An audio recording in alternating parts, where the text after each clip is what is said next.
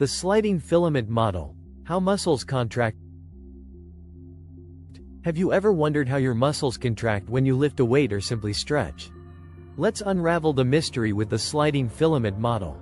In this video, we'll dive into the microscopic world of muscle fibers to understand how movement really happens. The sarcomere. The functional unit. At the heart of muscle contraction lies the sarcomere, the functional unit of a muscle fiber. It's a tiny structure made up of actin and myosin filaments, along with important supporting proteins like tropomyosin and troponin. How sliding works. The process begins with a signal from your nervous system, triggering the release of calcium ions. These calcium ions bind to troponin, which causes tropomyosin to shift, exposing binding sites on the actin filaments. Myosin heads then attach to these binding sites, forming cross bridges.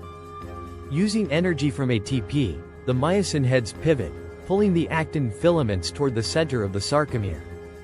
This is called the power stroke. The actin filaments slide over the myosin filaments, shortening the sarcomere and, ultimately, contracting the muscle, which is further followed by relaxation phase. When the nervous signal stops, calcium ions are pumped back into the sarcoplasmic reticulum. This allows tropomyosin to return to its original position, blocking the binding sites on actin. The cross bridges detach, and the sarcomere relaxes.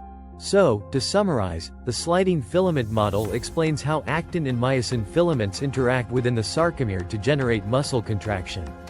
It's a process powered by ATP and regulated by calcium ions, troponin, and tropomyosin. This intricate mechanism allows us to perform everyday activities, from walking and running to simply smiling. Thank you for watching. If you found this video helpful, don't forget to like, share, and subscribe for more educational content. See you next time.